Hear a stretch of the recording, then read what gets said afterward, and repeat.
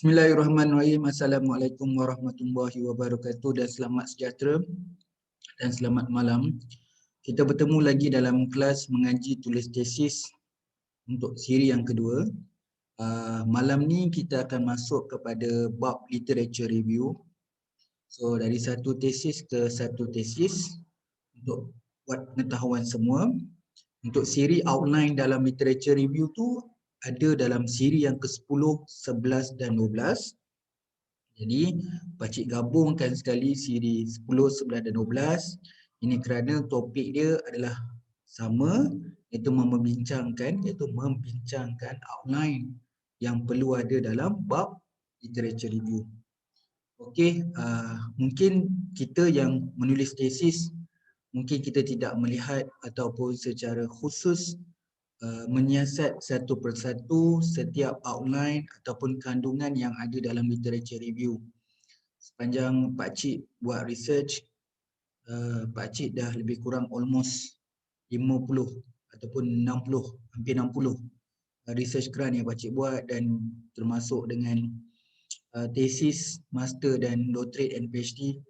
So pada pengalaman pakcik, benda ni memang satu perkara yang sangat penting.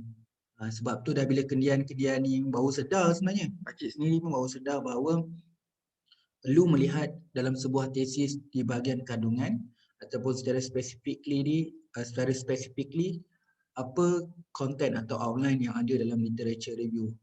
Kebiasaan dan lazimnya kalau dalam bab satu memang ada outline yang spesifik, ikut format universiti ataupun ikut general dalam proposal ataupun outline sendiri dalam bab satu quite same antara satu sama lain. Dalam tesis, dalam research grant almost sama. Tapi uniknya dalam literature review dia ada pelbagai kaedah, ada yang secara detail, ada yang secara ringkas. Jadi wajar sebenarnya kita nak tengok dengan banyak. Di sini memang banyak sekali pakcik share dari segi tesis dia punya outline dalam bab 2. Jadi kita cuba nak faham satu demi satu. Semoga apa yang pakcik kongsikan ni dapat manfaat kepada semua. Jadi kita mulakanlah daripada satu persatu. Maksudnya kita akan buka satu persatu tesis di bahagian kandungan bab 2, itu literature review. Okey, ini yang pertama daripada Dur'atul Ain Abdul Razak, tesis 2019. Topik dia Learning to Lead and Strategic Decision Making in Share Leadership Organisation, Challenge and Prospect for Startup SMEs in Malaysia. Okay, outline dalam literature review, tapi nama yang digunakan dekat sini adalah Review of Literature. Okay. Dia selesai bab 1, jadi muka surat 13 dia mulakan dengan introduction 2.1. Jadi 2.1 introduction, 2.2 dia cerita business life cycle and growth. Okay. Dan dia pecah daripada 2.2 itu jadi 2.21 business growth, 2.22 business life cycle models. Kemudian pergi pada 2.3 leadership crisis. So kita ada pecah lagi kat situ, 2.31 menjadi entrepreneur as leader. 2.4 a brief history of leadership. 2.4.1 definition of leadership. 2.5 style leadership. Kemudian dia susun ataupun dia pecahkan 2.5 tu under style leadership dia ada directive leadership, team based style of leadership, integrated leadership. Jadi kat sini je 2.1 sampai 2.5. Okey, jadi 2.5 tu sambungan dia ada 5 sebenarnya. 2.51 directive leadership, kemudian team based type of leadership, integrated leadership, distributed leadership, shift in style of leadership, share of leadership. Okey, kemudian shift in style of leadership sampai 2.5.5 je. 2.6 topik baru iaitu share leadership. Dalam share leadership tu dia pecahkan 3 sebenarnya, 1, 2, 3. Okey, dia ada 2.61 leadership approach style. Tapi dalam leadership approach style tu ada distribution of responsibility, interaction of communication and conflicts. Kemudian yang kedua 2.62 leader learning to lead, pecah pada 2 lagi iaitu setting, source and process and conflict. Kemudian 2.63 strategic decision making process, kemudian baru conclusion. Berbeza sikit kat sini, lepas conclusion dia masuk conceptual framework. Tapi kat sini kalau kita tengok ada idea dia mulakan dengan introduction. So dia mulakan dulu dengan benda yang asas dia adalah business life cycle, topik dia. Kemudian dia pecahkan dalam topik besar leadership and style of leadership. Kemudian dia cerita pula topik seterusnya ada share leadership. Kemudian dia akan masuk conclusion. And last sekali dia come out dengan the conceptual framework of study.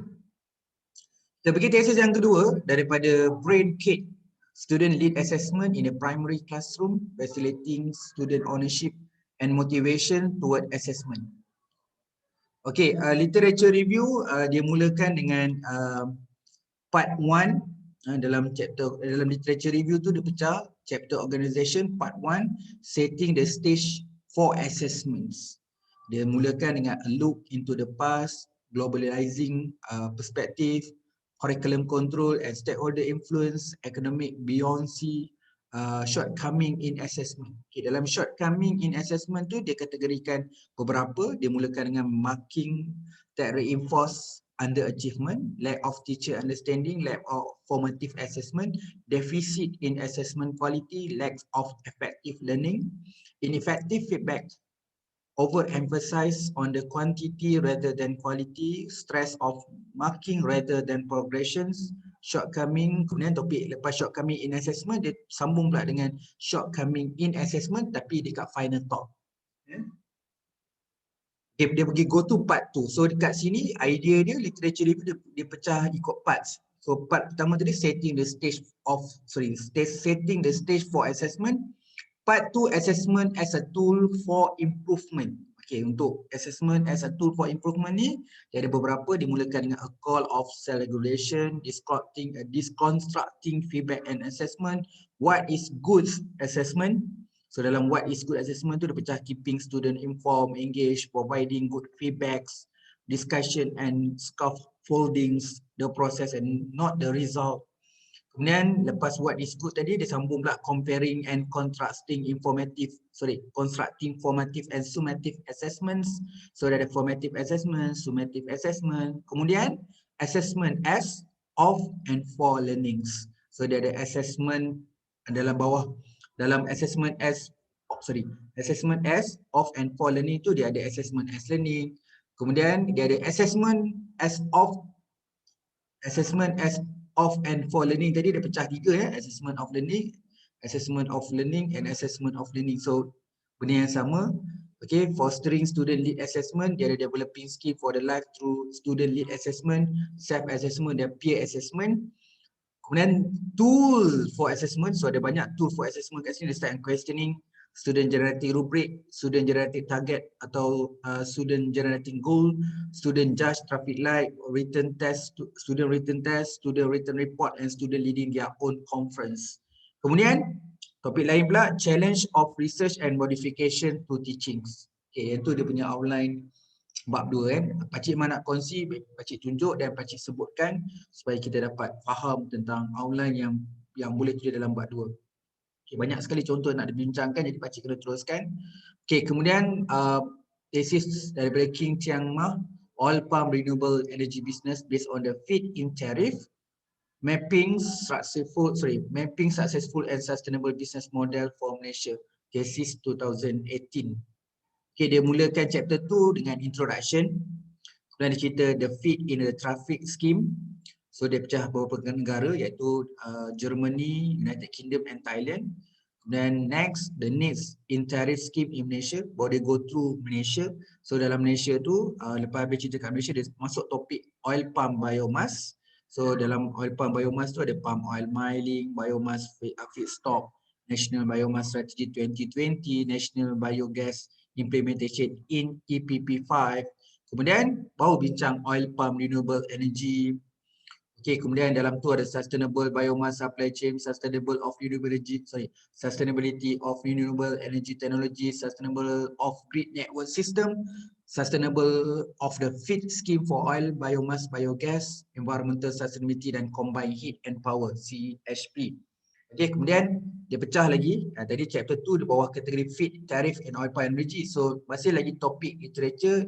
Chapter 3 tu dia ada business model. So dia ada start dengan what is introduction, business model, what is a business model, Otherworld Business Model Canvas, Renewable Energy Business Model, Malaysia Renewable Energy Business Model, Biomass Renewable Energy Business Model, Biogas Renewable Energy Business Model, and Business Model for Sustainability. So ni bagus just in case if you have plan ataupun ada cadangan nak buat business model, so this is a very good example lah. Okay. Okay, kemudian tesis nombor 4 yang bertajuk Inward and Outward Internationalization in Malaysia Small and Medium Enterprise Learning Approach. Okay, dia start dengan chapter 2 tu dengan topik besar dia adalah Knowledge and Internalization and Learning in Cross-Border Buyer-Supplier Relationship. Dia start dengan introduction, 2.2 dia start dengan internationalization, inward and outward internalizations. Kemudian dia pecah dalam tu 2.21 outward international export, barrier to export dan enablers to export. Kemudian 2.2.2 inward internalization, international sourcing, inward outward internalization connections. Kemudian 2.3 masuk topik knowledge. Kemudian dalam knowledge tu pecah lagi beberapa. 2.31 a behavior theory of firm, resource value and internalization. Kemudian ada pergi knowledge based view. So dalam knowledge ada tacit knowledge and explicit knowledge, knowledge creation, tacit knowledge learning and competitive advantage. Yang ni pun bagus juga. Siapa yang tengah explore topik kaitan dengan knowledge, this is a good start dengan ada teori kat situ, start dengan behavior, resource value dengan knowledge value punya topik. So kat sini ada cerita lah bab knowledge. Dan 2.35 knowledge based review and internalizations. Dan 2.4 learning in cross border buyer supplier relationship. So kat sini ada relational view and internalizations, content of knowledge. So 2.5 content of knowledge tu ada market knowledge, so dia ada internalization knowledge, technological knowledge, kemudian conclusion. So bagus ni topik ni yang especially yang siapa relate dengan this topic. So yang berkaitan dengan knowledge, especially knowledge management for example. Kemudian dia pecah chapter 3. Okay, chapter 2 tadi besar dia adalah knowledge and internalization and learning cross border buyer supplier relationship. So chapter 3 dia adalah berkaitan dengan internalization, organization for internalization tadi tu. So dia start dengan introduction, organizational learning. Kemudian dalam bawah organizational learning dia ada definition of organizational learning, individual of organizational learning, level of organizational learning. So dalam organizational learning ada pecah 3 single loop learning, double loop learning, deutero learning. Okay, sebab tu orang kata bila kita baca literature review banyak knowledge. So bila kita buat literature review mungkin berbeza dengan kajian-kajian lepas literature review berkaitan dengan kita punya pernyataan masalah dan objektif, akhirnya kita membentuk satu literature review dengan penulisan dengan naratif yang sangat baik. Sebab tu saya kata dekat bab 2 saja kita boleh menghasilkan sebuah buku. Okey, saya sambung. 3.24 process of organizational learning. So dalam proses ada knowledge creation, knowledge distribution, interpretation and retention, kemudian knowledge transfer. Kemudian 3.2.5 source of organizational learning, kita ada learning for direct experience, learning for direct experience in exporting, learning for direct experience in international sourcing and learning for imitation. Okay, kemudian outcome of organizational learning, kita ada knowledge, exploit, buyer perspective and supplier perspective. Kemudian di akhir dia keluar research framework, kemudian dia buat literature review dalam konteks research objective and research question. Last sekali adalah conclusion. Next, paper yang kelima, peer coaching in Malaysia, exploring the implementation of professional learning communities program for Arabic language secondary school teachers by ini ditulis oleh Khairul Anwar, tesis tahun 2019.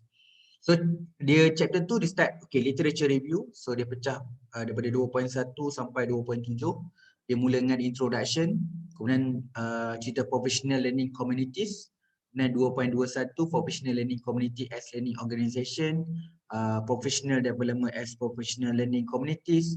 Kemudian ada sambung lagi 2.23 model of professional learning communities, teachers collaboration professional in learning communities, professional learning communities in Malaysia education. Jadi nampak tak disusun professional learning communities tu ada beberapa subtopik 1, 2, 3, 4, 5. Dan 2.3 dia masuk peer coaching.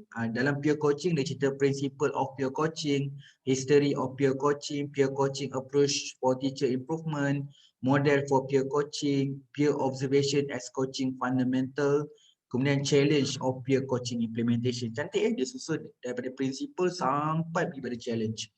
Next 2.4 cerita instructional leadership and supporting peer coaching. So dia pecahkan dua, teacher commitment to the school organisation and teacher self efficiency. Okay, summary of the chapter. Last kali dia conclude lah dengan summary. Okay, next tesis yang ke-6. Nanti you all tengoklah yang mana yang bersesuaian. Jadi pakcik cuma nak tunjuk supaya bila kita bedah banyaknya outline ni, akhirnya kita faham macam mana nak menghasilkan outline bab 2 yang menarik. Okey, ni daripada Sulaiman Nur Ain okey, dia Nur Ain binti Sulaiman sebetulnya. An investigation of student teacher development in pre-service English language teacher education in Malaysia. Okey, dia start macam part 2 ni, kalau you perasan dekat atas dia start dulu education development in Malaysia. So bawah topik education development in Malaysia dia start dengan introduction. Dia cerita sikit a brief overview historical development of Malaysia education system. Kemudian 2.3 dia cerita dulu national education policies, recent issues in education Malaysia. Kemudian summary of chapter 2. Maksudnya chapter 2 ni more pada research background lah. Dia extend daripada research background dekat bab 1, dia masuk dekat bab 2, dia cerita dulu education development in Malaysia. Kemudian bab 3 baru pergi literature review. Dalam literature review dia start dengan introduction, the concept of reflection, expansion and criticism of school idea, development of reflective skill, what is key issues, kemudian summary of chapter 3. Okay, dia very simple, very focus untuk represent the thesis. Dia ada bab 2 dan ada bab 3. Okay, next untuk contoh yang ketujuh, the representation of English language in the Malaysia Education Blueprint 2016 to the 2025 CDA perspective. Okay, tesis 2019 ni dimulakan dengan topik dia sendiri, iaitu Globalization, National Education Policy and the Language Education of Malaysia. Dia start 2.1 introduction. Kemudian apa itu education policy? Pecahkan 2.21 research and education policy on defining education policy seterusnya. Kemudian lepas education policy dia cerita globalization and education policy. So dia ada on defining globalization and impact on education policy, national education policy and globalization. Next 2.4 language education in Malaysia, dia ada introduction, the history of language instruction of education system of Malaysia, bahasa Malaysia and English language in Malaysia, teaching and learning language, language education policy and gone wrongs, impact or reversal in the language instructional, conclusion of language education of Malaysia. Okay, lepas cerita education policy, globalization education policy, language education of Malaysia, lepas tu last kali dia conclusion. Okay.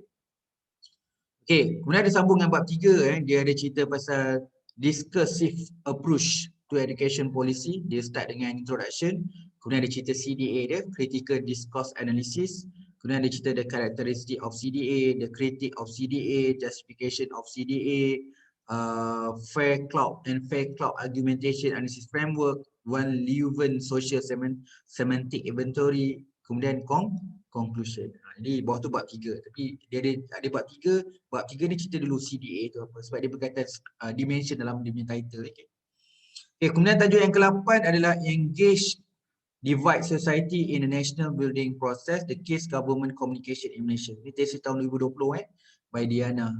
Okay, chapter 2 dia cerita the Malaysia context dulu, nombor 1. Dia cerita Malaysia context. Dalam Malaysia context tu ada introduction, brief history of Malaysia, kemudian Malaysia constitution and political system, kemudian media and communication system. So dalam media ni dia cerita ICT as a communication tool, communication practice in public sector, Malaysia national building, pre-independent national building, the post-war Malaysia, post-independent national building, the Malaysia 13 1969 strategy. So dia cerita pasal apa, 13 Mei tu juga. Okay, chapter 3 tadi dia Malaysia context. Chapter 3 cerita re-evaluating national building, berkaitan dengan topik dia start dengan introduction. Kemudian cerita the contextualization national building. So dalam konteks dia akan cerita the formation of state, national building, one size does not fit all, national and nationalism, who imagination, national of instant as the contemporary national building, nation building in the post-colonial nations. Okay, kemudian ada chapter 4 lagi, dia cerita government communication and engagement, national building. So dia start dengan communication and development, the role communication in national building. Kemudian dalam communication and building tu dia pecah the role government communication. Kemudian 4.4, from information to engagement, the concept of dialogue in engagement, engagement and national building. Okay, tajuk yang ke-9, kita banyak sebenarnya, sebab tu Pakcik cover satu persatu, tapi tak adalah lama sangat untuk satu tesis supaya kita boleh dapat cover ke semua cadangan outline dalam bab 2 ni. Okay, tajuk seterusnya bawa oleh Sharifah Sofia tahun 2020, dia punya tajuk Self Disclosure and Relationship Development Among Malaysia Female Bloggers. Dia start dengan chapter 2 dia, literature review, dia start apa itu blogging 2.1, kemudian definition of blog, kemudian cerita historical development of blog, type of blog, blogging motivation and use of personal blog. Jadi siapa yang buat blog boleh refer this thesis. Self disclosure, definition, approach and debates. So dia start dengan defining self disclosure, online disclosure and the characteristic identity in online environment. Okay, next tesis yang ke-10, tajuk A Business Continuity Management (BCM) Framework for Disaster Resilient SME in Malaysia by Auzi Zerul 2019. So dalam literature review dia mulakan dengan introduction, kemudian dia cerita disaster. So dalam disaster dia cerita definition and impact of disaster, disaster management, vulnerability of business. Then dia cerita pasal SME kan. So dia cerita SME, apa tu definisi and scope, the role of SME in development progress of a country. Okay, kemudian dia sambung SME and natural hazards. Kemudian dia cerita pasal role of stakeholders, kemudian dia cerita resilience. So resilience dia pecahkan 3, cerita konsep of resilience, what is a business resilient and building resilient SMEs. Dan dia bagi topik dia business continuity of management. So dia cerita BCM best practice dan current application of BSM. Dan dia cerita summary gap. Ini menarik. Memang ada a few thesis memang dimasukkan summary gap dalam bab 2. Sebab tu saya cakap bab 2 sebenarnya adalah yang sebenar-benarnya problem statement, cuma dekat bab 1 tu problem statement kita kena make it simplify. Lepas cerita summary gap, kita cerita conceptual framework. Okay, kemudian conceptual framework in PhD, conceptual framework for the research. Okay, kalau you all nak tahu, memang Pakcik plan kalau bolehlah Pakcik nak ada beribu-ribu outline PhD. Tapi nak cek yang baru lah, macam Pakcik kumpul sekarang ni, mostly 2020, 2019, ada sikit 2018. Jadi bila Pakcik tengok je outline dekat bab 2 ni, macam-macam idea. Macam tak sabar-sabar nak baca dia punya tesis. Okay, kita pergi tesis yang ke-11. So oleh Yusrista Muhammad Yusof, Feeling Toolkit, a new evaluation tool, very young children. Minta maaf Dia start dengan introduction, child computer interaction CCI, kemudian cerita CCI versus human computer interaction, kita panggil HCI. So user experience, UX background, fun and fun logic. Kemudian cerita children and technology, kita ada children cognitive development, children development and product, the ladder of participation. 2.4, how children recognize emotion in face, children tool skill using pictures animation. Dia ada berapa bawah picture animation ni ada Oucher, Soremo dengan visual analog scale BAS. Next, adult tool using picture animation, layer emotion measurement tool, LEM LEMTOOL, jadi LEM tool. Okay. So kita kata ada EmoCAD tools, so ada product emotion measurement, PR Emo tool, kemudian kita ada self assessment mannequin, SAM. Okay. Children evaluation method in CCI, problem identification feature card and fun toolkit last sekali. So dalam child evaluation method yang guna CCI tu, last sekali dia keluar fun toolkit dalam review. Okay, last sekali summary. So tajuk yang ke-12, ni ada tajuk yang bawa oleh Rafidah binti Saha ni, cerita naratif from the International Islamic University of Malaysia. Okay. So dia start dulu cerita Malaysia perspektif, kemudian dia cerita the Malaysia Higher Education System, kemudian dalam the Malaysia Higher Education System dia cerita the internationalization agenda with the Malaysia Higher Education. 1.3 cerita the International Islamic University Malaysia IIUM, kemudian dia cerita research setting, doctoral supervision and complexity, doctor supervision in Malaysia and uncharted territory, kemudian ada chapter summary. Kemudian baru dia cerita yang chapter apa, the conceptual underpinning of the study. So dia cerita overview, key insight from the literature about culture of doctoral supervision. Kemudian bawah tu ada doctoral supervision by broadly culture term, doctoral supervision as complex and dynamic, doctoral supervision as the intercultural practice. 2.2 dia cerita concept of identity in doctoral supervision. Dan ini cerita pasal supervision paling tepat untuk kita lah buat doctoral ni, buat PhD lah. Topik ni sesuai lah dalam bidang dia kan. Jadi kita pun menarik juga sebab kita pun tengah buat PhD, jadi kita boleh dapat juga kaedah supervision yang baik. Dan cerita pasal social and power relation issues, gender issues, non-traditional student.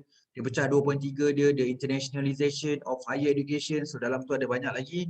Kemudian dia pecah 2.4 dia, Islamization of knowledge in higher education. Bawah dia the model of Islamization of knowledge in Islamic higher education. Kemudian dia cerita interrogating cultures. 2.6 dia cerita using small culture approach and host culture complex. Investigate doctoral supervision. Dalam tu ada small culture, conceptual of doctoral supervision as small culture, the host culture complex. Last sekali dia tulis chapter summary. Okay, 2.7 lah chapter summary tu. Dan tajuk yang ke-13, an empirical examination into the social reporting practice of Islamic Bank in Malaysia and Bahrain. So chapter 2 dengan chapter 3, chapter 2 dia cerita background dulu, background of Malaysia and Bahrain environment framework.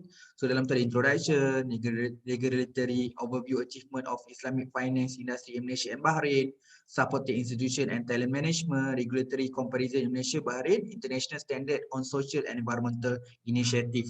Dan conclusion. Baru masuk bab 3 iaitu review of literature review, ada 3.1 sampai 3.8. Dia start dengan introduction, kemudian 3.2 social reporting and need to be legitimate. So bawah tu ada role and legitimacy in social reporting, legitimacy theory in social reporting literature. Kemudian ada stakeholders and social reporting, ada understanding stakeholder approach, the importance of stakeholders in social reporting. Bawah tu 3.4 ada banking industry and social reporting. Bawah tu ada bank and visibility social reporting in banking institution. Bawah dia 3.5 topik lain, social reporting Islamic banking institution. Kita ada early stage of social reporting Islamic banking literature, advancement of social reporting research in Islamic bank. 3.6 prior research that employ content analysis, literature gap. Dia kat sini dia juga dia buat gap dekat 3.7, literature gap in specific Islamic school reporting area. Last kali conclusion. Okay, tajuk yang ke-14, an analysis of staff perception of their preparedness for the implementation of active learning in Malaysia engineering education exploratory approach. Jadi tengok tajuk dan kalau nak belajar ke exploratory, so ni contoh dia lah, thesis pada tahun 2018. So dia start dengan introduction, cerita what is active learning, lepas tu the characteristic of active learning, the theoretical underpinning of active learning, the role of staff, education, active learning in engineering education. Jadi bila kita refer thesis, katalah you buat tajuk learning ataupun active learning, ni lah contoh dia cerita teori bahawa underpinning active learning. Jadi kita pun dapat apa teori. Ini tujuan nak baca literature review, so kita nak identify dalam kajian kita apakah teori yang bersesuaian. So kita akan start explore lah. Dia 2.3 dia cerita engineering education. So dia cerita engineering education, body and requirement, engineering education, the UK provisions. Kemudian dia cerita engineering education in Malaysia, dia ada pedagogical approach in Malaysia engineering education system, change in Malaysia engineering education teaching and learning, Malaysia accreditation and requirement, active learning adoption in Malaysia higher education. Okay, kita ada preparedness and readiness. 2.6 kita ada managing change in higher education. 2.7 dia ada staff perspective. 2.8 ada staff development. Last sekali chapter summary. Okay, ada masa pakcik baca kepala sebab ada sub lagi tu. Nanti you akan tengok slide dia untuk detail lah. Okay, tajuk yang ke-15, athlete perceptions in team and the individual sport oleh Ahmad Fikri pada tahun 2018. So dia cerita dulu general introductions. Kemudian dia cerita coaching effectiveness and athlete behavior in team and individual of sport. Kemudian athlete chapter 3 dia pecah dia kat sini, lupa nak baca nak mention. So yang ni dia banyak tajuk. So satu objektif satu chapter. Dia sebab tu chapter 2 dia coaching effectiveness and athlete behavior in team individual and sport. So dia dalam topik chapter 2 tu dia macam satu research tapi satu objektif sebenarnya. Dia ada abstract, introduction, method, result, discussion. Pergi bab chapter 3 satu lagi objektif, athlete perception of coaching effectiveness.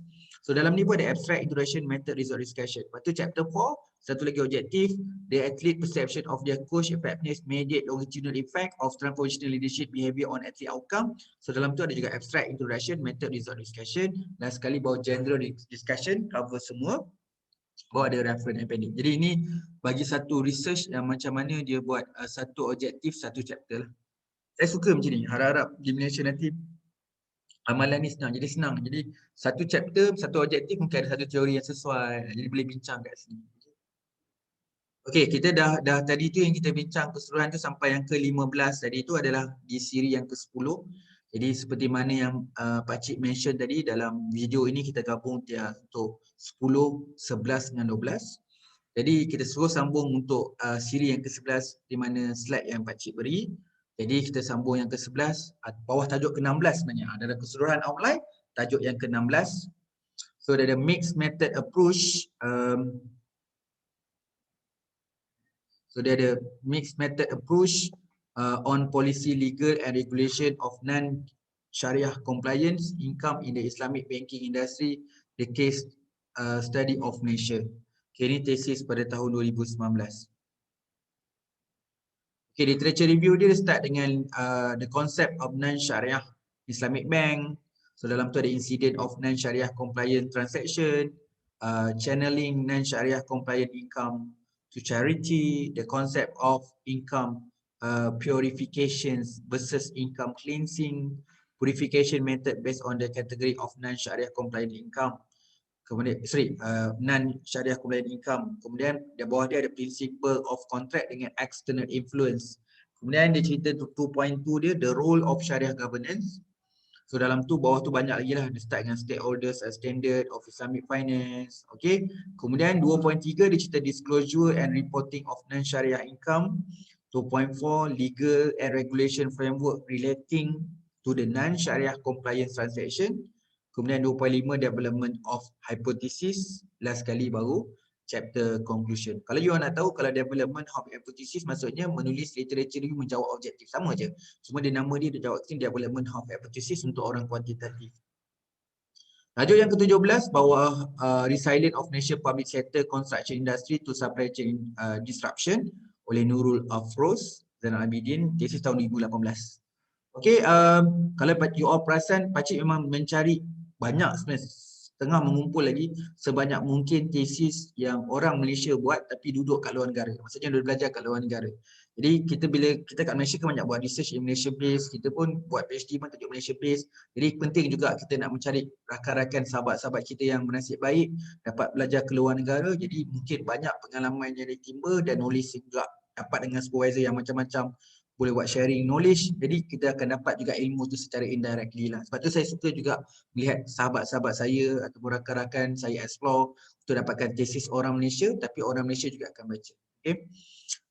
Introduction, background of the Malaysia construction industries, challenge in the Malaysia construction industry, the role of Malaysia Public Work Department. Okay, tu buat dua cerita pasal background of the Malaysia construction dan cerita supply chain disruption. Bawah dia ada managing the pre, during and the post disruption phase. Dan cerita supply chain resilience. Okay, dalam tu 2.5 cerita supply chain vulnerability. Ini pun menarik, topik yang menarik. Bawah tu ada beberapa konteks organizational, operational, external and financial. Kemudian bawah cerita supply chain capability. So ada pathogenic influence, pathogen in construction project, integration and pathogenic in resilience studies. Last kali dia come out dengan development of conceptual framework. Jadi kalau you perasan, ada beberapa tesis, ada dua perkara di bahagian last yang terakhir, iaitu dia menulis bahagian untuk menjawab objektif kajian. Lepas tu dia ada tambah juga dengan research gap. Kemudian yang bawah sekali dia cakap dengan framework. Jadi ada tiga perkara yang kita nampak bila kita bedah outline ni. Ada orang yang tulis research gap, kemudian dia tulis research hypothesis ataupun literature menjawab objektif, dan sekali adalah research framework. Okay. Tajuk yang ke-18, okay, determinant of SME internationalization and the impact on business performance, and empirical study and outwards international adoption by Malaysia SME. Okay, ni tesis tahun 2018. Dia cerita start dengan chapter 2, dia cerita dulu internationalization adoption. So 2.1 start dengan introduction, kemudian 2.2 internationalization and globalization. Bawah tu definition dengan versus internalization and globalization. Menarik tu nak faham apa beza antara internationalization and globalization. Kemudian the size of international companies, large company internalization, small and medium sized company internalization, dan bawah cerita teori, okay, theory of firm internalization adoption. Sangat menarik dari topik ni. Jadi buat rakan-rakan yang cerita nak belajar tentang firm internalization adoption, so ada stage gradual theory, network theory, international new ventures of international entrepreneurship theory, transaction cost theory. Ini pun juga teringin juga sebenarnya pakcik nak mengumpul sebanyak mungkin teori-teori yang ada dalam research supaya kalau pakcik tak dapat tulis satu buku yang berkaitan dengan teori pun, at least pakcik kumpulkan tesis-tesis atau snapshot kan penceritaan tentang teori-teori yang wujud dalam research ni. Kemudian banyak lagi cerita organizational learning theory, resource preview, foreign direct investment theory, monopolistic advantage theory. Jadi siapa yang bidang ni kalau baca ni beruntunglah. So dia dah compile beberapa teori untuk memudahkan kita fahaman. Mudahlah sebab dia tak cerita banyak, satu dua muka surat je. Satu teori tu satu muka surat je. Okey, menarik. 2.5 saya suka outline ni, criticism of the theory. So dia critic of the theory berdasarkan kesesuaian sekarang. Theories underpinning of the research area. Bawa cerita apakah teori underpinning of the research area. Internalization firm according to industrial sector. 2.8 SME internalization in developed and emerging countries. So bawah tu ada pecah-pecah, bawah government, bawah developed, emerging and Malaysia.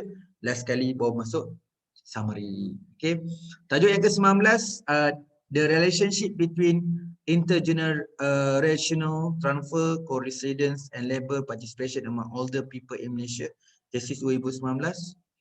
Dia start dengan introduction, aging in Malaysia, overview the demography, social economy and intergenerational support characteristic. 2.3 work participation for older people in Malaysia. 2.4 co-resident and intergenerational support among older people in Malaysia. Aging related policy in Malaysia. Chapter summary. So yang first chapter 2 ni cerita pasal aging related policy in Malaysia. Baru dia masuk chapter 3 tu specific literature review of labour participation, co-resident and intergenerational support. Dalam tu ada introduction, kemudian conceptual framework, factor affecting older people participation in the labour market, older people and intergenerational support, last sekali older people and co-resident patterns. Okay, last sekali tu adalah chapter summary. Okay, so kita pun dah belajar beberapa, kita tengok ada orang yang buat 2 chapter di bahagian ini. Mungkin satu chapter nak cerita background, extension daripada research background dekat chapter 1 supaya kita boleh cerita background in Malaysia. For example, chapter 3 tu baru masuk literature review. Okay, pengalaman pakcik masa first pakcik buat doctorate engineering, pakcik tak buat macam ni. Maksudnya terus chapter 2 literature review. Tapi untuk PhD pakcik memang buat chapter 1 introduction, chapter 2 backgrounds in Malaysia. Specifically dengan kajian pakcik, sebenarnya kalau kajian pakcik sebenarnya di Perak, fokus di Perak saja. Kemudian chapter 3 baru masuk literature review. Okay, tajuk yang ke-20, okay, diam tak diam dah tajuk ke-20 kita dah. Okay, children participation in decision regarding their nursing care and ethnographic study of children, parent and nursing in the oncology settings. Okay, dekat sini kita belajar ada beberapa outline dalam bab 2. Okay, dia mulakan dengan multicultural background of Malaysia, belief about children and childhood. Okay, dalam belief and about childhood tu ada banyak topik cerita pasal belief about children and childhood and Malay culture. Ni untung ni nak tengok kat Malaysia punya ada di cover Malay culture, belief of children childhood and Chinese culture, belief about the children childhood in the Indian culture. Jadi orang suka dekat Malaysia. Jadi dalam kajian ni dia ada bincang 3 jenis lah. Ada Malaysia, Chinese, Malay, Chinese and Indian culture. Dan kemudian dia discuss culture orientation and influence the perception of right. So the ratification of the UN Convention and Right of the Child, research pattern, participation decision in Malaysia, kemudian summary.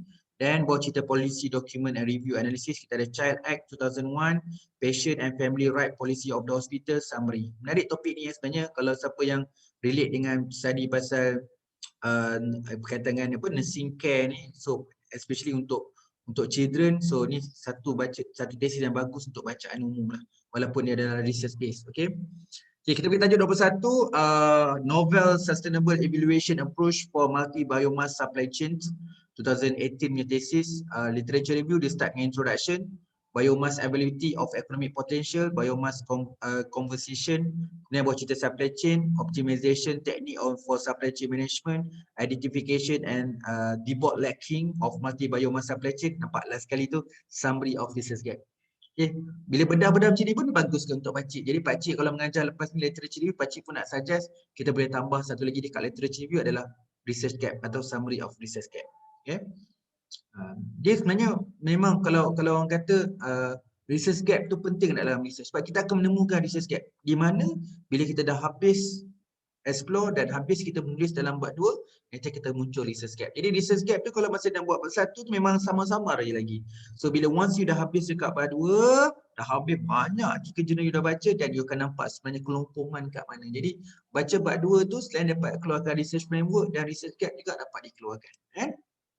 Then kita pergi topik seterusnya yang ke-22, screening Islam, the representation of religions and gender in different genre, Islamic film kat sini Islamic film in Malaysia. Oleh Suryahani tahun 2019. So dia cerita screening Islam, the conceptual framework dulu, chapter 1 dia ada cerita lah introduction. Ni lain sikit cerita orang filem ni lain sikit. Chapter 1 dah turun topik screening Islam. Okay, dia cerita genre combination of film narrative, genre, comedy, melodrama, art are half of traditional context. So ada cerita lain, representative Islam in film, representative of gender in film, analysis film, narrative, conclusion. Chapter 2 masuk context of study Malaysia and the Malay film industry. So dalam tu ada introduction, cerita lah Malaysia, Islam and gender national discourse, the Malaysia film industry, government support and control, censorship, the Malaysia film industry, the new wave filmmaker, Islam in Malaysia film, gender in Malaysia film and conclusion. Ini pun menarik juga sebab dia ada kaitkan Islam dalam filem di Malaysia. Jadi kita ada ruang untuk extension ni sebenarnya. Okey, lepas tu dia pecah bab 3, dia masuk dalam konteks Islam tu. Islam and genre film and analysis of Malaysia genre film. Dia bincangkan filem ni lah, Al-Hijab dengan Kurafat dan Ni Yang Rapik. Dia ceritalah empat cerita filem kan. So ada Malaysia horror film, cerita Al-Hijab, Kurafat dan Ni Yang Rapik tu. Kemudian ada cerita Malaysia horror narrative and presentation of gender, last sekali conclusion. Chapter 4 dia cerita Islamic moral comedy, dia ambil cerita Nangkung kat sini. Apa lagi saya pun tak tahu ni, saya tak tengok TV sangat. Syurga Cinta lah, Ustazmu Tunggu Aku Datang, Ustaz I'm Coming. Ini cerita Islamic moral comedy. So dia Islamic melodrama, so dia ada Nur Kasih, Petala Cinta dan Salam Cinta. Maksudnya, baru saya faham. So cerita-cerita pasal filem lah. Ni Islam melodrama, Islam moral comedy, ada Islam genre film. Oh okey, ni filem-filem Islam lah yang bertajuk genre, moral dan juga melodrama. Okey, kemudian ada lagi embracing and troubling Islam. Contohnya isu-isu lah kat sini, Sepet, Ubra, Mualaf and Talent Time. Ni filem-filem yang mungkin ada embrace and troubling Islam. Okey. Lepas tu habis. Bolehlah baca siapa yang minat movie tu, nak tengok filem-filem di Malaysia yang ada kaitan dengan Islamik, boleh refer tesis sahabat ni lah daripada Suryahani binti Abdul Rahman. Okay, tesis ni setahu saya memang saya ambil daripada ITOS. Daripada ITOS, okay, memang dapat ni. Okay. Tajuk 23 daripada institution, environment, corporate governance and corporate social responsibility, disclosure, a comparative study of Southeast Asia countries, tesis 2017. So dia cerita dulu corporate social responsibility disclosure tu dengan cerita overview, CSR reporting and CSRD. CSRD tu stand corporate social responsibility disclosure. The scope of the category of CSRD, environment disclosure, human resource disclosure, product consumer disclosure, community involvement disclosure. Lepas tu cerita determinant of CSRD, empirical research gap. Nampak tak? Saya rasa mungkin dekat overseas memang last bab tu, ya, so what? What actually you find dekat you punya literature review? Lepas you review banyak-banyak ni, apa yang you temukan? So at least you dapatlah research gap ataupun digunakan kata kat sini adalah empirical research gap. Okay, kemudian theoretical framework and hypothesis development. So kan macam saya sebut kan, penting topik ni bila sebut theoretical framework and hypothesis development ada dua perkara, iaitu membincangkan literature review, menjawab objektif kajian dan dia akan keluarkan framework. So dia start dengan theoretical framework. Dalam theoretical framework dia cerita review of relevant theory, justification and multi theory framework. Kemudian cerita hypothesis development. So ini cerita semua perkara dalam objektif kajian. So dah ada 3.31 objektif yang cerita pasal internal determinant corporate governance practice. So dah ada CG, corporate governance dan lain-lain. Kemudian last sekali dia keluar hypothesis development. Sama juga yang kedua tu external determinant institution environment, cerita dulu CSR dan CRD, institution environment and CRD, lepas tu hypothesis development. Jadi dia zoom. Boleh cerita umum, last sekali cerita specifically apakah topik ini selari dengan kita punya objektif kajian. Okay, last kali chapter summary. Tajuk 24, Middle Leadership in Malaysia, International Secondary School, the intersection of instructional, distributed and teacher leadership. Okay, dia start dengan chapter 2 literature review, middle leadership in Malaysia, instructional leadership, distributed leadership, teacher leadership, overview. Okay, habis. Okay, ni tajuk yang 25, a structural equation model of consumer intention to consume functional food and application to yogurt and margarine in the UK. Muhammad Tahir 2019 thesis. So dia ada chapter 2 dia panjang, dia start dengan part 1. So part 1 dia cerita dengan introduction, kemudian 2.2 definition of function food, overview of function food or market prospect, health benefit in function food, determinant of consumer behavior toward a food in general, recent contemporary framework of consumer behavior toward food. Ni bagus 2.6 ni. The development of consumer behavior research toward functional food in various countries. Determinants of consumer behavior toward functional food and others related healthy food. So dalam 28 tu ada personal factor, psychology factor, yang di bawah determinant consumer behavior ada culture and social factor and product factors. Kemudian baru masuk DV, dia cerita dalam DV dependent variable tu apa. So kemudian dia cerita selected consumer behavior model and consumer behavior apply the food. Menarik ni, dalam consumer behavior model ada beberapa teori.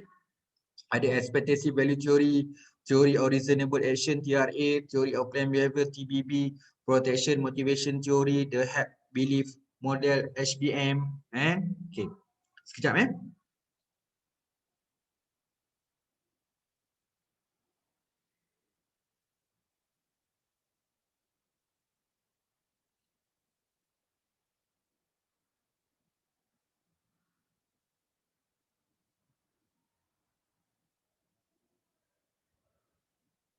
Okay, alright. Kemudian dia banyak cerita sambungan tadi minta maaf. So dalam behavior model tadi ada beberapa teori, ada expectancy value theory, the theory of reasonable theory, theory of reasonable action TRA, theory of planned behavior TBB, protection motivation theory, the HAP belief model.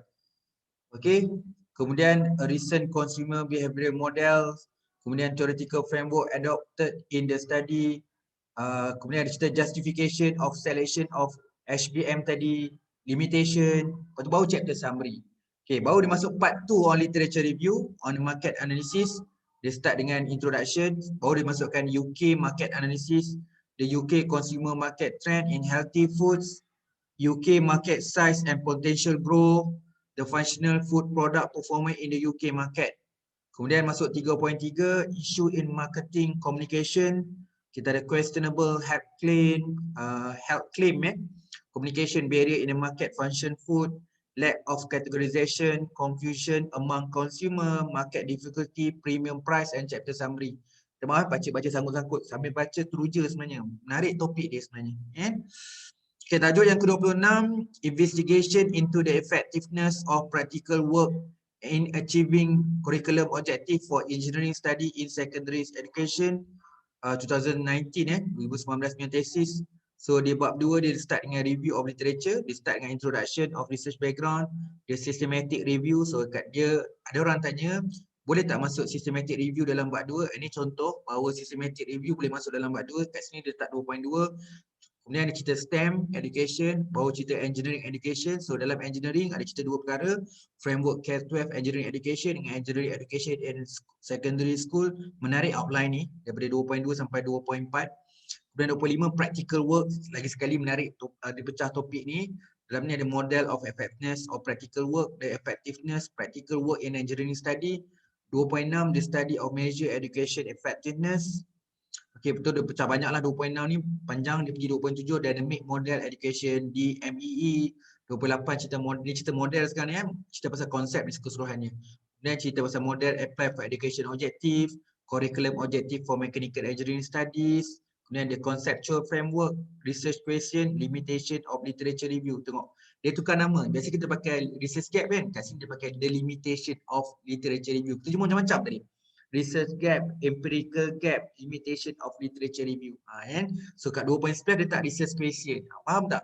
Dua research question tu supaya dia nak cerita balik apa yang literature review ni match dengan research question dia. Okay, tajuk 27. Okay, critical analysis stakeholder perception of community based tourism impact in the World Heritage Site. KTC 2019.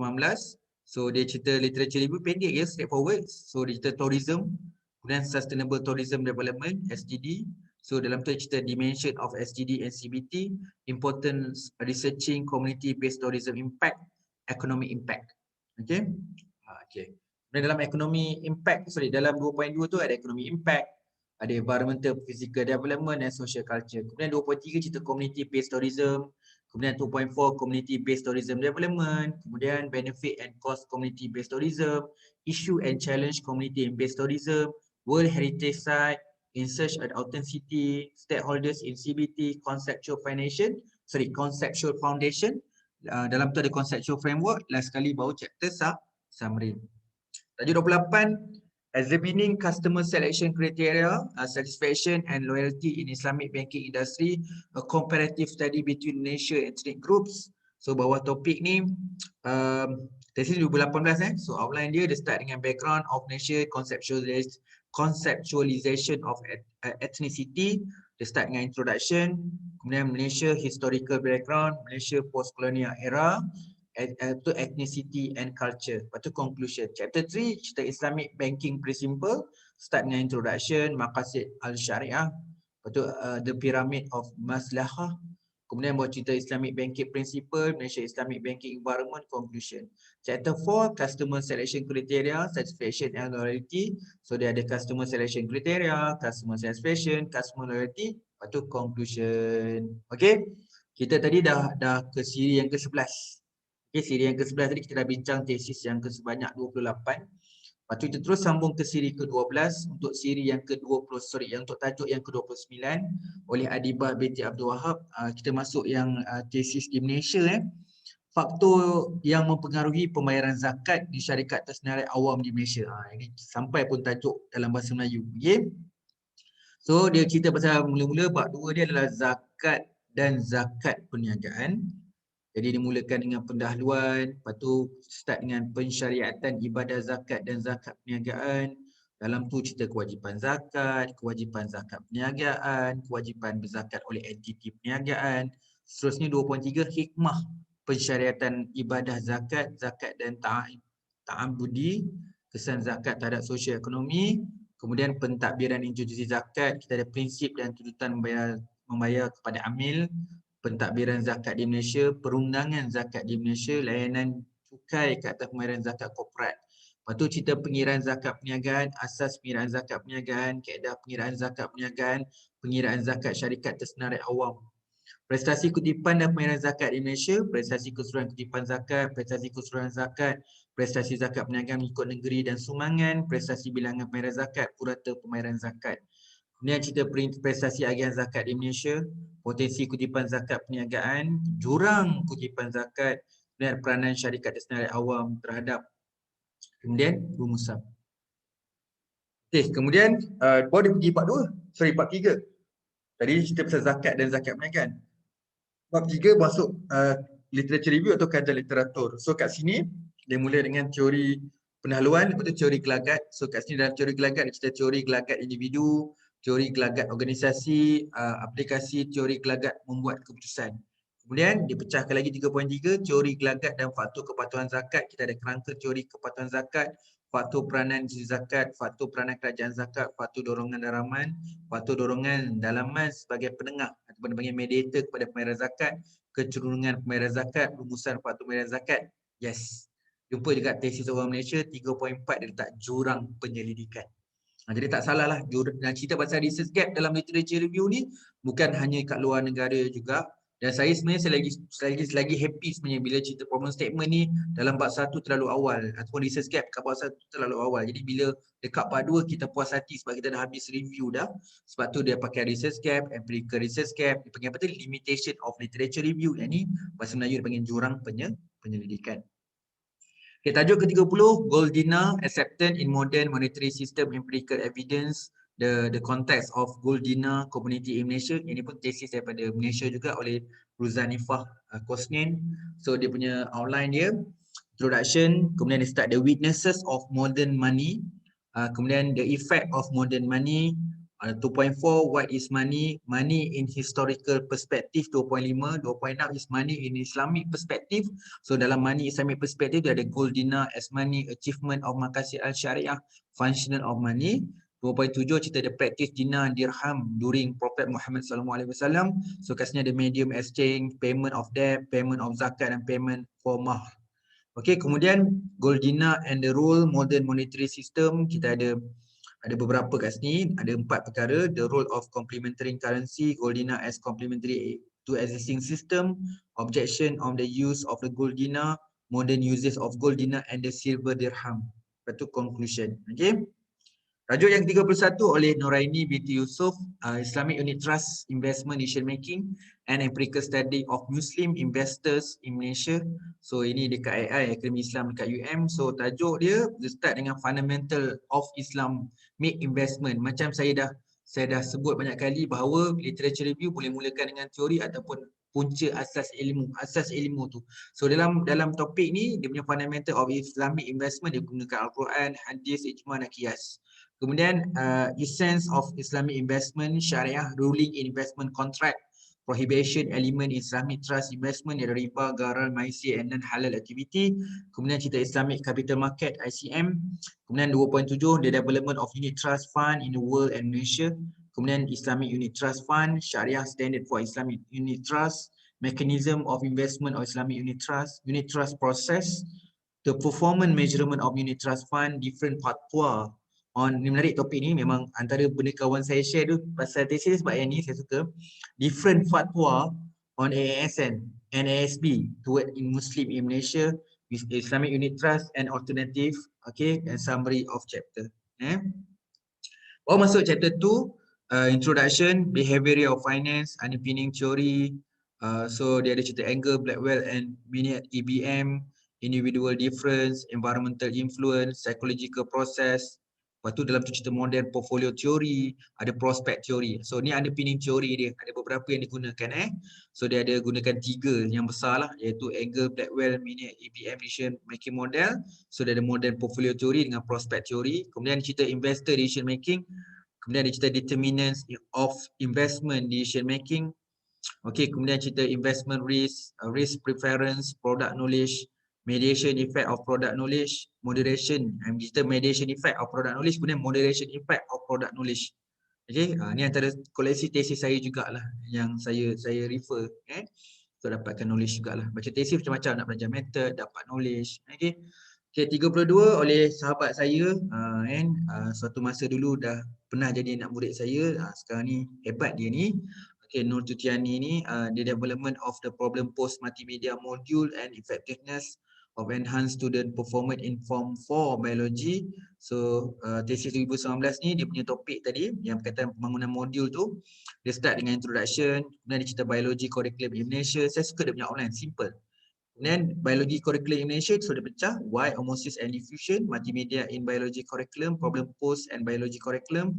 Kemudian dia cerita pasal DDR, theory related of the study, so teori yang related dalam kajian dia, cognitive theory, problem post theory and higher order thinking skill, hot. Kemudian theoretical framework, conceptual framework. Jadi dalam bab 2 tu dia akan menghasilkan 2 lah, iaitu theoretical dengan conceptual framework. Okay, ini by Azizi Jaafar, topik penilaian pelaksanaan kurikulum pendidikan Islam sekolah menengah berasaskan model konteks ataupun dipanggil CIPP, tesis tahun 2015 oleh Azizi Jaafar ni. So dia start dengan pendahuluan, pendahuluan, kemudian cerita kurikulum. Dalam kurikulum tu ada 6 perkara, dia cerita konsep kurikulum, teori model pelaksanaan kurikulum, penilaian kurikulum, tujuan penilaian kurikulum, model pilihan CIPP dan kajian-kajian lepas yang menggunakan model penilaian CIPP. Dan 2.3 cerita sejarah perkembangan kurikulum pendidikan Islam dari segi falsafah, matlamat, objektif dan kandungan. Kemudian pelaksanaan kurikulum pendidikan Islam dan kajian-kajian lepas berkaitan pelaksanaan KPI. Okay, tajuk 34 oleh Nur Farhana binti Ramli, ini pun sahabat Tuti juga, and development and validation. So dia ni memang buat instrument, development and validation of an instrument to measure science teacher instrument preparedness in STEM implementation. Kita belajar outline bab 2 dia. Dia cerita dengan introduction, STEM teachers instructional approach, kemudian cerita STEM teacher instructional issues, STEM instructional preparedness. Kemudian baru cerita previous STEM instrument development. So bila sebelum nak masuk instrumen, kita dulu previous STEM instrument development. So kemudian baru 2.6 dia cerita instrument development, dia start dengan ada guideline kat sini, Deville scale development guideline dengan Miller test development process. Kemudian dia masuk measurement model, so dia ada classical test theory dengan item response theory. Kemudian dia masuk theoretical framework, sama je dengan Tutiani, di hujung tu dia ada theoretical framework dan conceptual framework. Cuma beza kat sini, theoretical framework tu dia detailkan sikit, dia ada social constructivism theory, FE instruction model, STEM teaching and learning approach model and self efficacy theory. Lepas tu conceptual framework summary. Dalam simple je, sama juga dengan sahabat dia tadi lah. Kemudian Tajul Shikin bin Jumaah, dia pun ini sahabat saya, dia bagi tesis dekat saya. Okay, kemudian saya ambil snapshot dia punya literature review dia. Tajuk dia Development and Validation of Islamic Spiritual Intelligence Instrument for School Leader in Malaysia. Saya mengenali dia, masih suka zaman-zaman dia tengah buat PhD. Rajin dia ni sebenarnya, yang selalu jumpa dekat library. Okay, literature review. Introduction, overview of human intelligence, overview of spiritual intelligence concept in the West. Lepas tu masuk Islam pula, exposition Islamic spiritual intelligence. Kemudian cerita epistemological foundation of Islamic spiritual intelligence. So dia categorize banyak lah, dia ada sub 2.5 tu sampai 2.57. Kemudian issue asterisk spiritual and spiritual intelligence, perspective Muslim contemporary scholar in spiritual intelligence, measurement issue related psycho-spiritual construct, review assessment spiritual, regalicity and the personality from Islamic perspective. Boleh buat satu buku ni, buat dua ni. Okay, tulis tajuk 36 oleh saya sendiri. Saya punya tesis ni, tajuk dia pembangunan model dan sistem pengurusan penjanaan dana ekonomi, keusahawanan dan kaizen dan prestasi masjid di negeri Perak.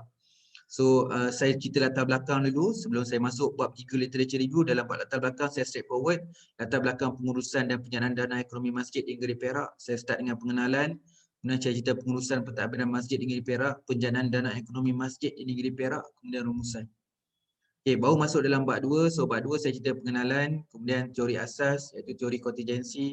Kemudian saya cerita amalan pengurusan masjid, pentadbiran, kewangan, dakwah dan pendidikan, kemudahan dan pembangunan dan penyelenggaraan. So cerita penjanaan dana ekonomi, saya ada aktiviti kaizen dengan aktiviti pelaburan.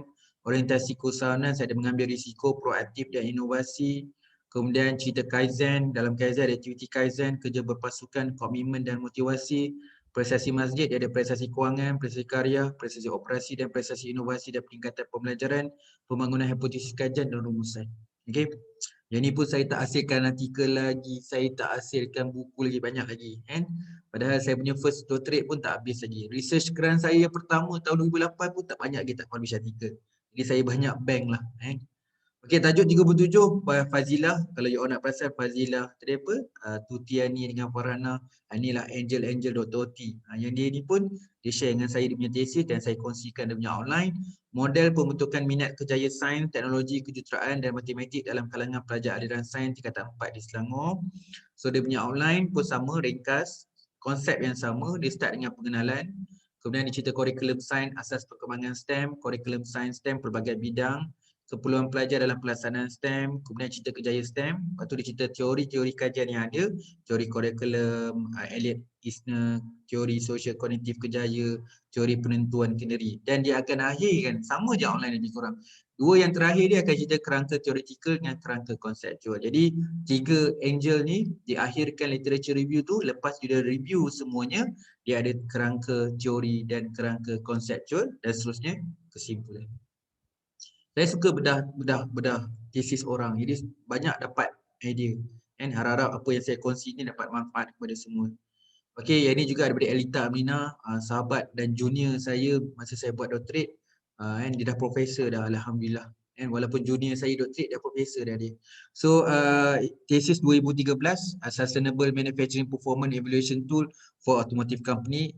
Suka tengok dia punya literature review-nya outline.